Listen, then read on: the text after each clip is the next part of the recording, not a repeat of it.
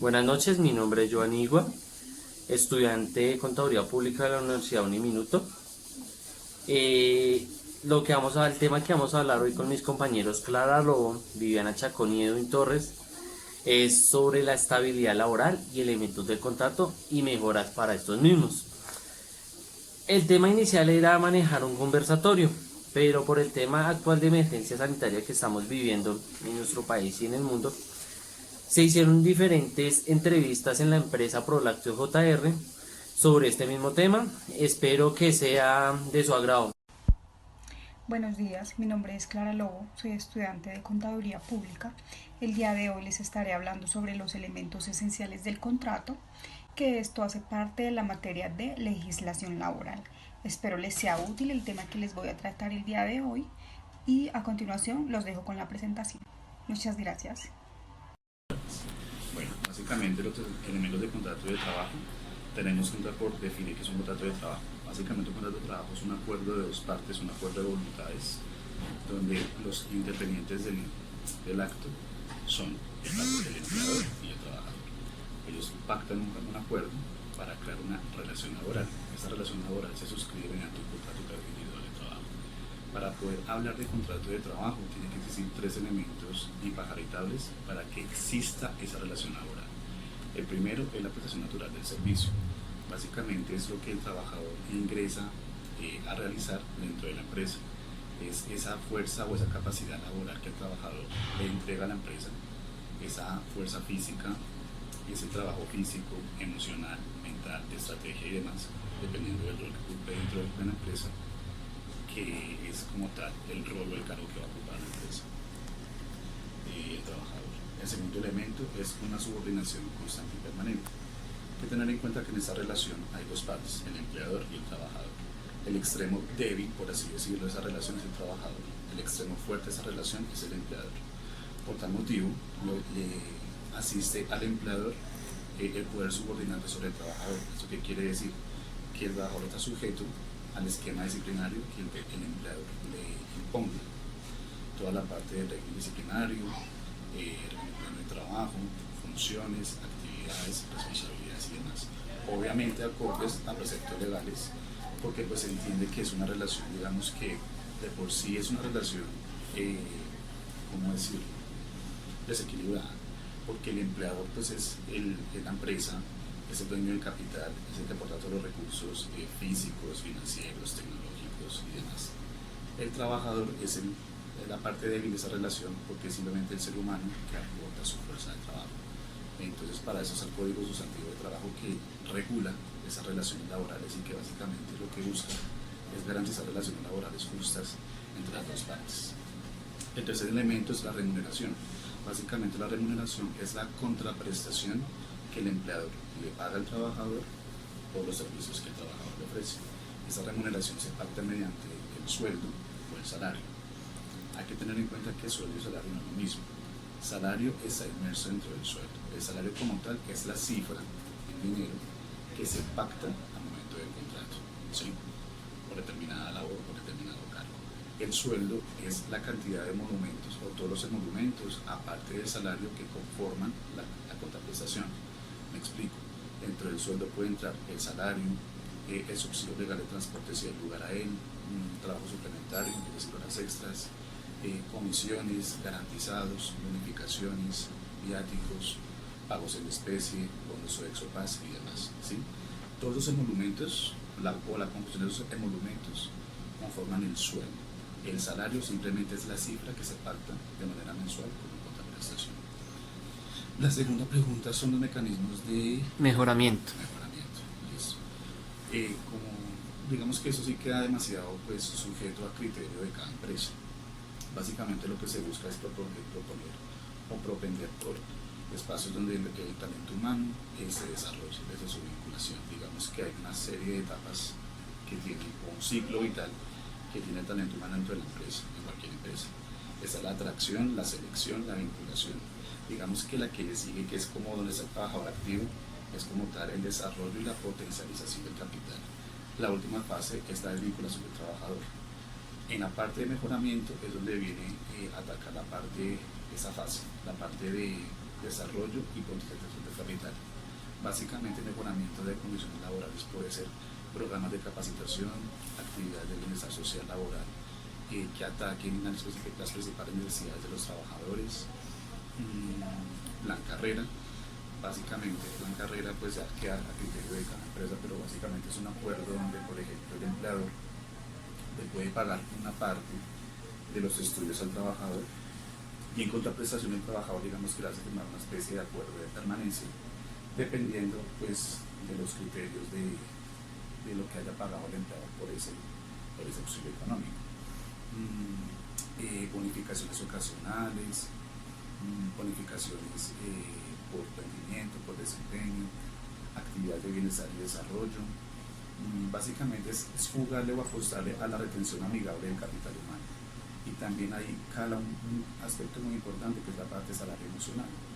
Digamos que está teniendo un auge hoy en día muy interesante, porque básicamente es como calar a las necesidades emocionales y retener o hacer al trabajador que la empresa sea un lugar pues muy agradable para que desarrolle su labor.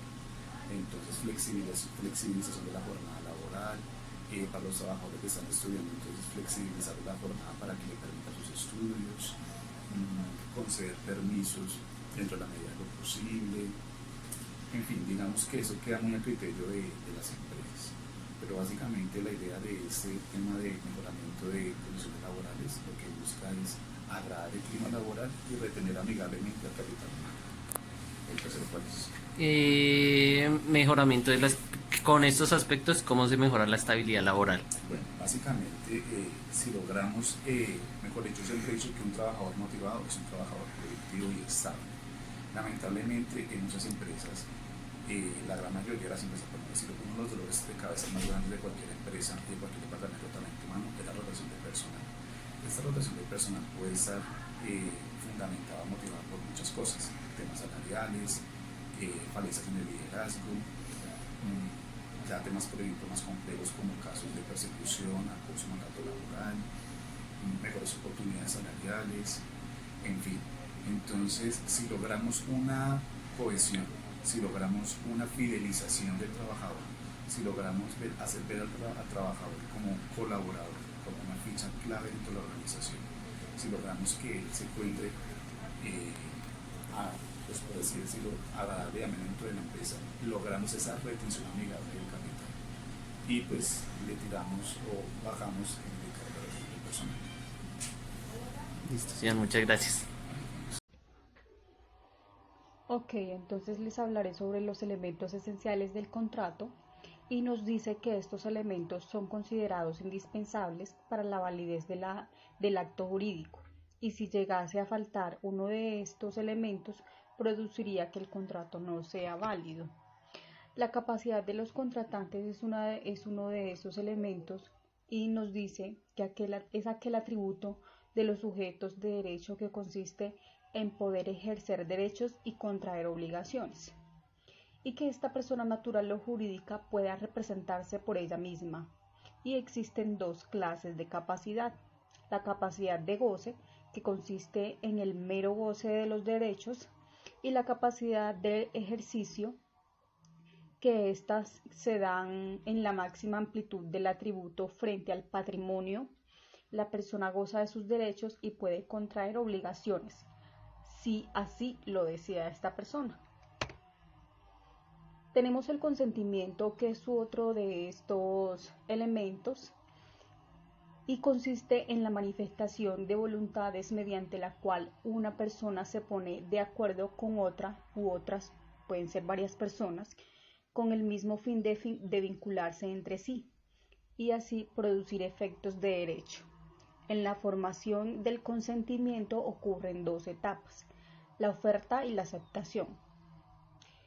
Esas las debemos tener en cuenta. También tenemos que el error hace parte del consentimiento y es el concepto equivocado que se tiene de la realidad, creer verdadero lo que es falso o creer falso lo que es verdadero.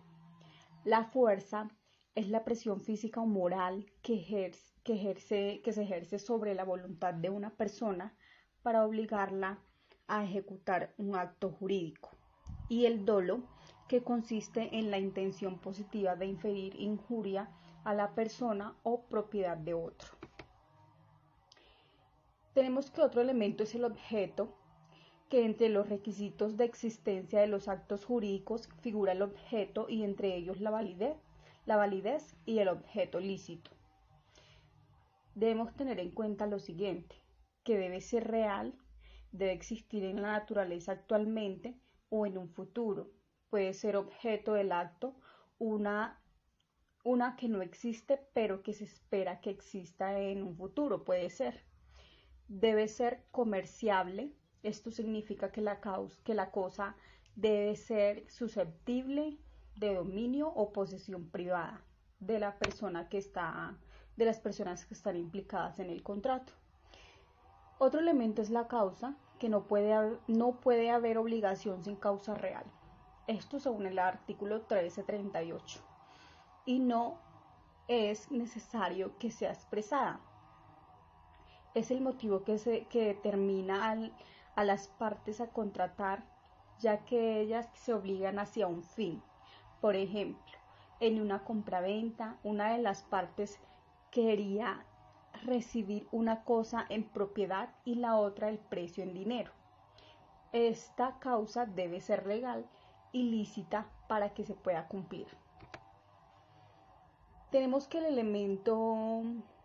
elemento también importante es la forma de los contratos.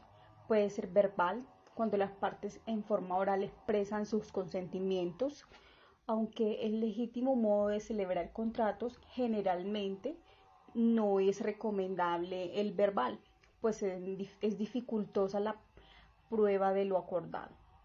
La forma escrita es la más usual, la que casi siempre se usa, y normalmente es la más conveniente porque al momento en que se presente algún inconveniente con el contrato, se tiene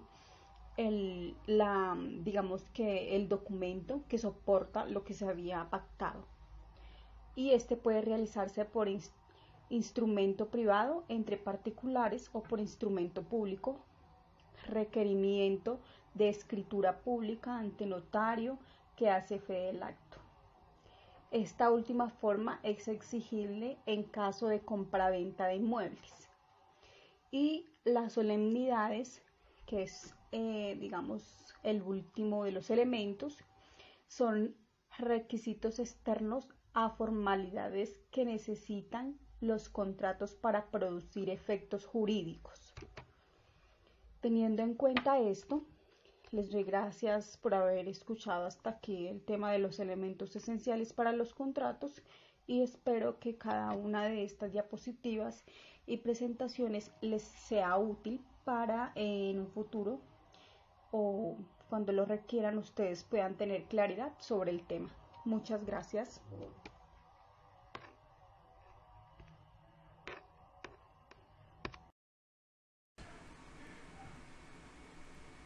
Buenos días, mi nombre es Edwin Alexander Torres, estudiante de Contaduría Pública de la Universidad Minuto de Dios. Hoy hablaremos sobre estabilidad laboral reforzada en Colombia.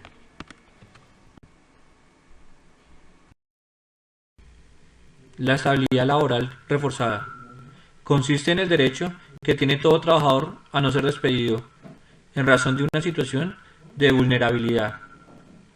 En Colombia, las personas con una afectación a su salud que les impida o dificulte sustancialmente el desempeño de sus labores en las condiciones regulares cuentan con una amplia protección constitucional que impone el deber al Estado y a los empleadores de garantizar su derecho a trabajar en condiciones que se ajusten a su estado de salud. Primero hablaremos de contratos de trabajo. El contrato de trabajo en Colombia está regulado por el Código Sustantivo del Trabajo, o Código Laboral, en sus artículos 22 a 75, donde se regulan las diferentes modalidades de contratación laboral, su duración, terminación e indemnización en caso de que el despido sea injustificado. Tenemos diferentes clases de contrato. Contrato de trabajo a término fijo. Como su nombre lo indica, es aquel contrato que nace con una fecha definida de defunción. Es importante resaltar que según la norma el contrato de trabajo a término fijo siempre debe constar por escrito y duración no puede superar los 3 años, pero renovables indefinidamente. Contrato a término indefinido es el contrato de trabajo que se firma sin acordar o fijar fecha de terminación. El contrato se extenderá tanto como las partes lo consideren. Contrato de obra-labor. La duración del contrato obra o labor será el tiempo necesario para culminar una obra o labor. Por último tenemos el contrato ocasional, accidental o transitorio.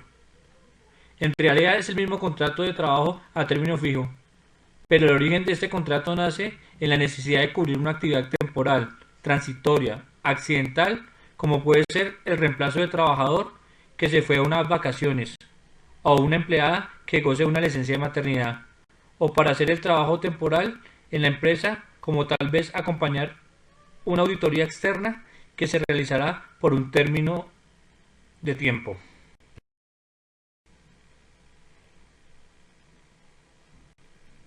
Ahora hablaremos de algunos casos de estabilidad laboral reforzada que se pueden presentar. Como primero tenemos las mujeres embarazadas, que tienen que tener una protección desde que se le comunica al empleador hasta 4 meses después del nacimiento del bebé. Los requisitos que deben tener es que le deben comunicar al empleador. Otro caso que se puede presentar sería ser cabeza de familia. Eso comprende las padres o madres cabezas de familia. Los requisitos que deben tener: que abandono de la pareja en el núcleo familiar, tener a cargo a hijo o a personas incapaces de trabajar.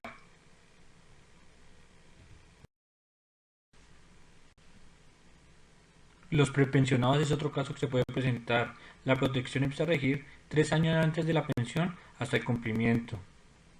Esta aplicación rige tanto en el sector público como privado. Otro caso que se presenta son las personas con debilidad manifiesta, como la enfermedad catastrófica, enfermedad que requiere tratamiento continuo. La protección que se lleva es desde que se informa al empleador hasta que se supera la enfermedad. Por último tenemos el caso de personas con fuero sindical. En esos se destacan estos tipos de fuero: los fundadores, que son los que fundan el sindicato; los directores son los que dirigen el sindicato; o circunstancial, durante la negociación colectiva del sindicato.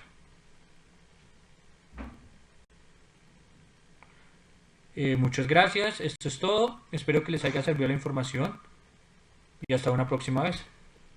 Giovanni, de acuerdo con lo que hemos conversado y pues para atender los temas que usted me ha sugerido que tratemos, pues quiero aprovechar este espacio y apoyarlo con ese trabajo.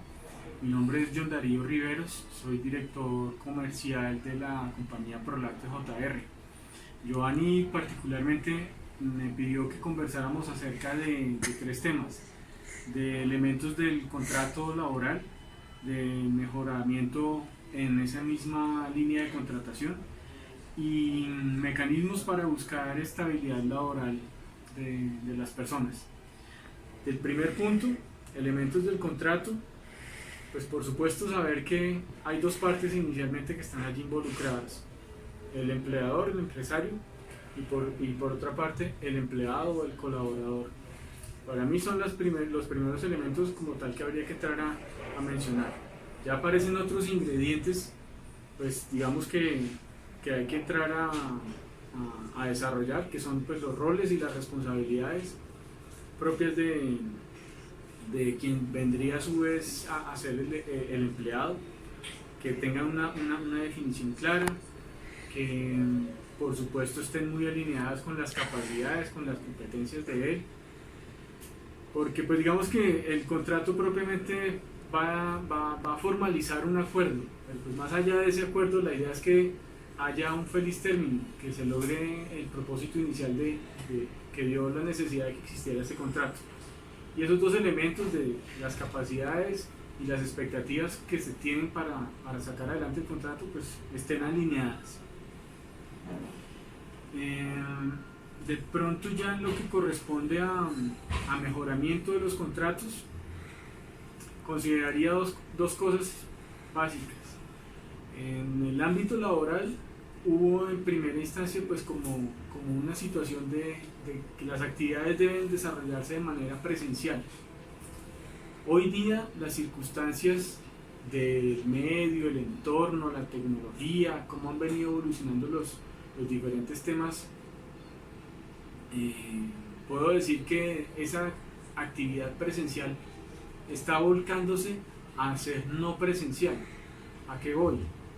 A que hoy día inclusive existen modalidades de trabajo diferentes a las tradicionales. Hoy podemos hablar de un teletrabajo, ¿sí? Un trabajo desde casa en algunos casos, o trabajos como una modalidad de freelance. Entonces esa situación de presencial ha venido cambiando, ya no es tan exigente, ya no es tan rigurosa, y sumado a la aparición de nuevas tecnologías, pues se pueden ir teniendo estas otras, digamos, alternativas que pueden incorporarse dentro de los temas de contratación. Entonces, sí se pueden dar mejoramientos en contratación a partir de tener elementos pues, que vayan surgiendo conforme también vamos evolucionando. Hablar de teletrabajo, hablar de trabajo en casa o hablar de freelance, pues digamos, a diferencia de los modelos presenciales tradicionales, pues también da para contemplar muchos más elementos pues a nivel de detalle, pero pues lo dejaría, digamos, en esta presentación hasta ahí, solamente enunciados.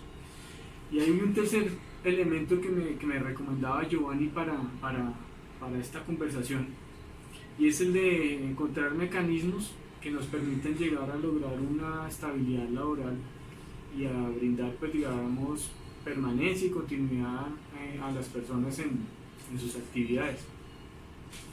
Dos cosas, así como en el segundo punto mencionaba, hay temas que de repente de lo presencial a lo no presencial hoy día nos pueden estar llevando a nuevos escenarios. Sí es importante decir que abrirse a nuevas tecnologías no necesariamente significa desvincularse o deshumanizar las relaciones laborales entre las compañías y sus colaboradores, sino por el contrario, creo que hace más exigente que haya una mayor recursividad y puede tener inclusive una participación, una responsabilidad especial las áreas de recursos humanos, en el sentido de que los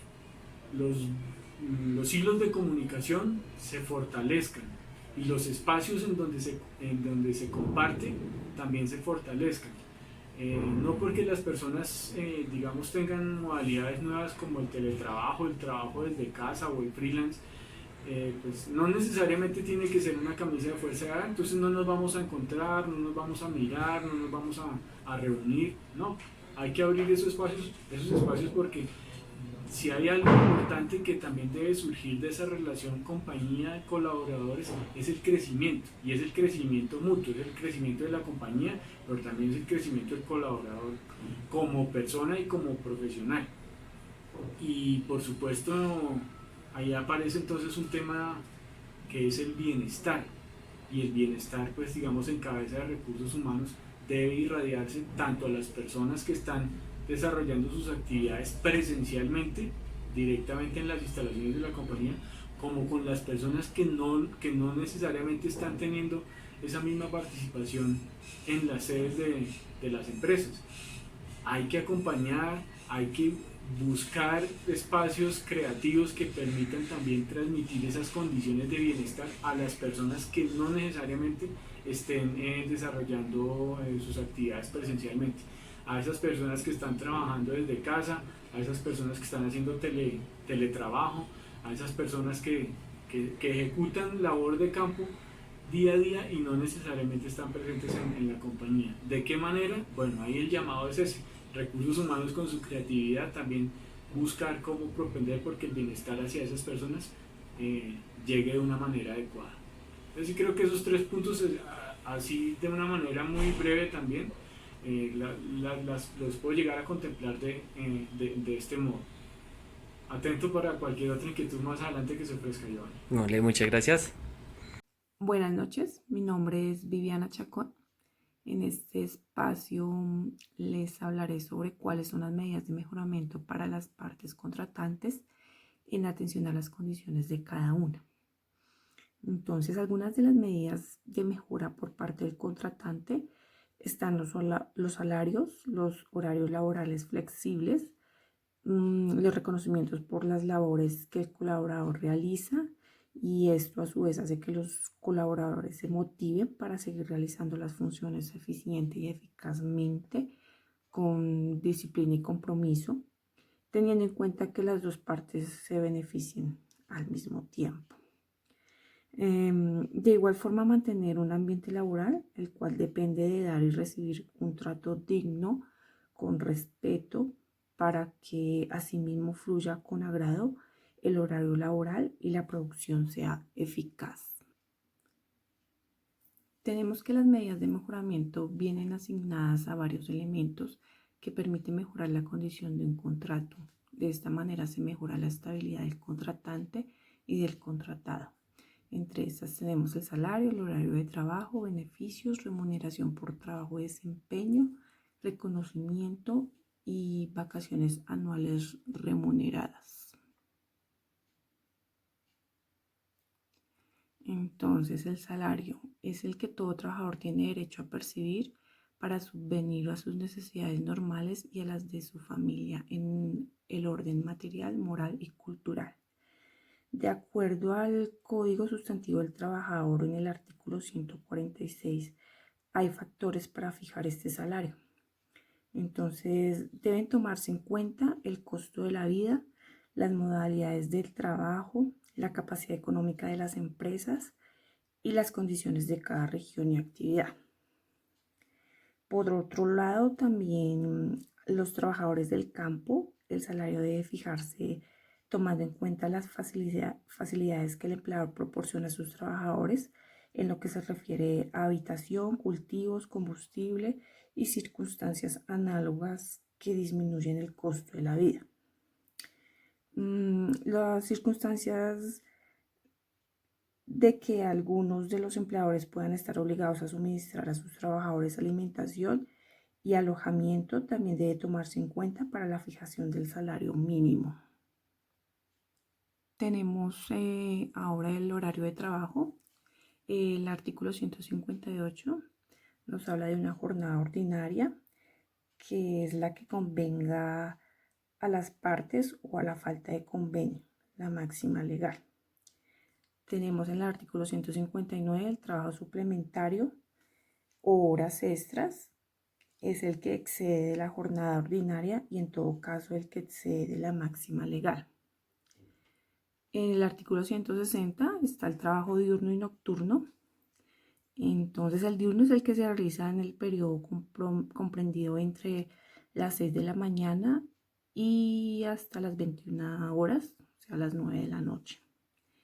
Y el trabajo nocturno es el que se realiza en el periodo comprendido entre las 9 de la noche y las 6 de la mañana.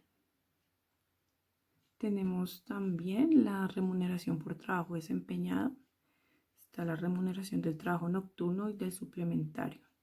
Entonces, según el Código Sustantivo del Trabajador, el artículo 168 trata de las tasas y liquidación de recargas.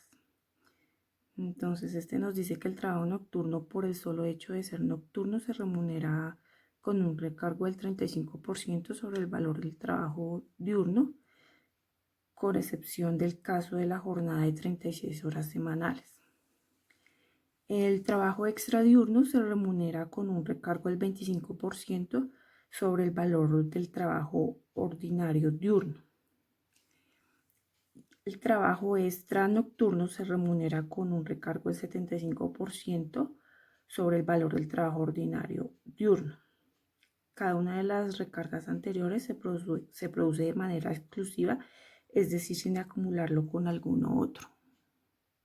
Otra medida de mejoramiento es la remuneración.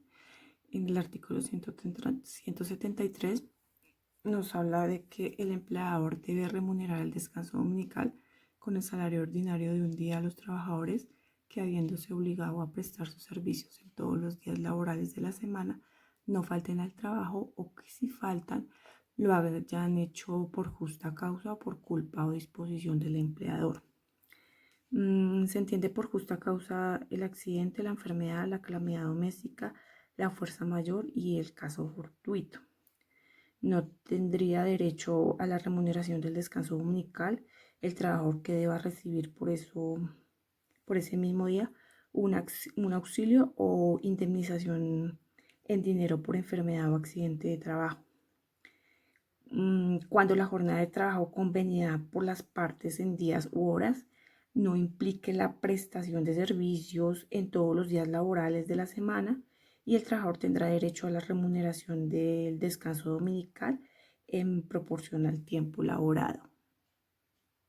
También tenemos las vacaciones anuales remuneradas, según el artículo 186, la duración de estas. Entonces, los trabajadores que hubieran prestado su servicio durante un año tienen derecho a 15 días hábiles consecutivos de vacaciones remuneradas. El artículo 187 es época de vacaciones. Esta época debe ser señalada por el empleador a más tardar dentro del año subsiguiente, y ellas deben ser concedidas oficiosamente a petición del trabajador sin perjudicar el sentido y la efectividad del descanso.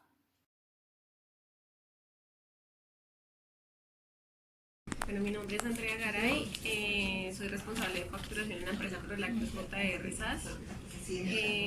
Pienso que los elementos que debe tener un contrato para que sea como más viable para el empleado deben ser pues que las labores estén establecidas dentro del contrato y no se presenten labores adicionales después, que no sean acordes al cargo, obviamente.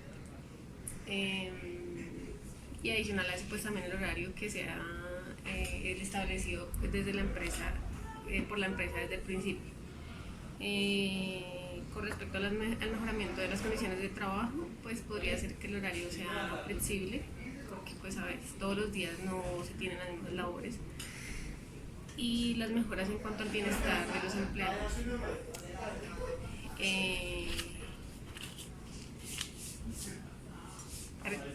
Mejoramiento de la estabilidad laboral, pues que desde el principio las funciones del cargo sean claras, y los empleadores pues deberían implementar como una forma de motivar a los empleados, y no solamente que se vea cuando el empleado hace algo mal, sino también incentivar el buen trabajo.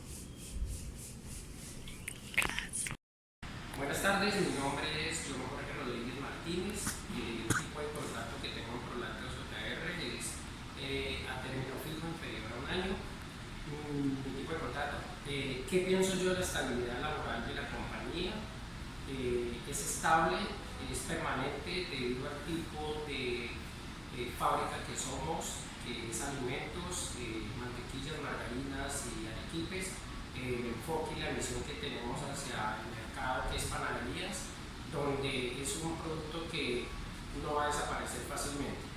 Entonces hay una estabilidad laboral en cuanto a la productividad de procesamiento de mantequillas y margarinas. ¿En qué me ayuda personalmente la estabilidad laboral? En el desarrollo y el progreso de mi vida personal, por mis ingresos, a la creación de mi vivienda, de mi vestuario, de mi ayuda económicamente para mi familia. Entonces, eso es lo que me permite la estabilidad laboral que tengo en esta empresa. Listo. Buenas tardes, mi nombre es Cristian Muñoz y soy auxiliar contable. El tipo de contrato que tengo actualmente es contrato a término fijo, una empresa Prolactos JR. ¿Qué pienso de la estabilidad laboral? Que es un privilegio, pues los índices de desempleo en este país han subido últimamente, y pues como dije, es un privilegio tener trabajo actualmente y una estabilidad laboral, que es la que me ofrece actualmente la empresa donde yo estoy trabajando. En tanto, la estabilidad laboral que me ofrece la empresa es muy buena, pues porque acá uno puede crecer profesional y personalmente y estoy muy a gusto con el trabajo que desempeño acá. Buenos días, mi nombre es Henry Velasco, trabajo en la empresa Prolactos JR. Llevo 4 años en la empresa, mi contrato es a término fijo. ¿Qué piensa de la estabilidad laboral? Pues en la empresa como tal es bueno, pues le brinda confianza a uno tanto a la familia, porque nos cierta tranquilidad, y la verdad es que no tenemos temporales ni cooperativas acá. Que